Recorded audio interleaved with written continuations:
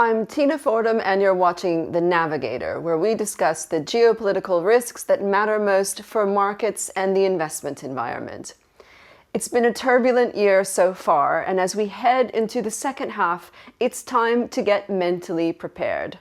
From the spike in Middle East tensions to a series of tariff-related deadlines and high-stakes diplomatic gatherings, let's take the geopolitical risk temperature as we enter what is shaping up to be a hot politics summer.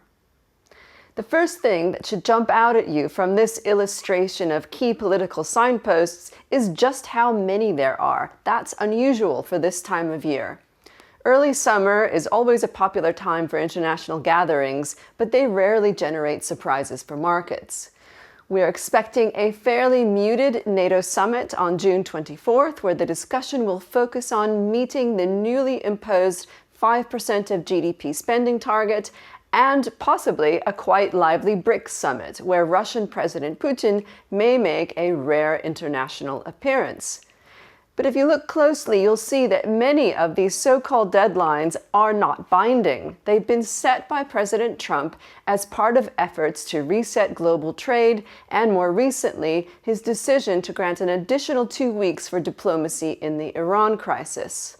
These moving time gates give us a window into Trump's negotiating style. He has a track record of announcing deadlines and making ultimatums, as we've just seen in the Iran case, but then extending the dates and even abandoning the original demands altogether.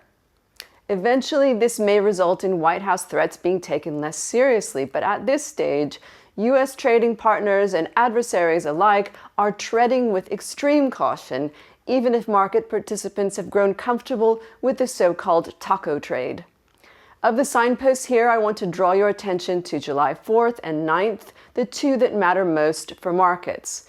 July 4th is the new deadline for Iran diplomacy, and July 9th is the date when the tariff pause is due to expire, possibly leading to Liberation Day 2.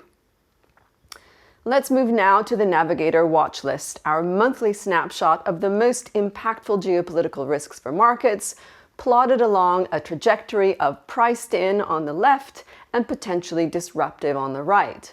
The spike in Middle East tensions has quickly moved to the forefront, but thanks to a relatively strong supply outlook, oil prices have only been moderately affected so far. However, there are several vectors that could see Middle East risks become more disruptive.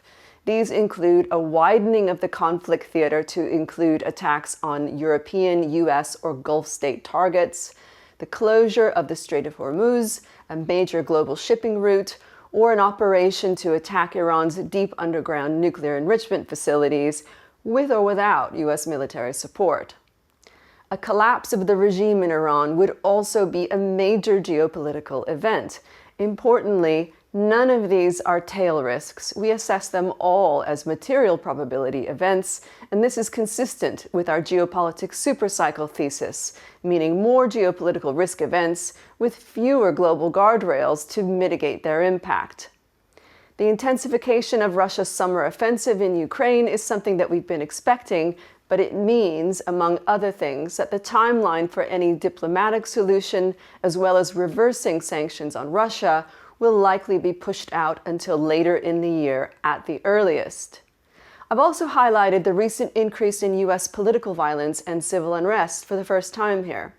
Markets tend to completely discount this, but the topic is coming up more frequently in my conversations with global business leaders. And if we were to see U.S. levels of political violence in other countries, even other advanced democracies, it would spark concern and possibly capital flight or impact FDI. That hasn't yet been the case for the U.S., but given wider concerns about so-called U.S. exceptionalism, it's now on our radar.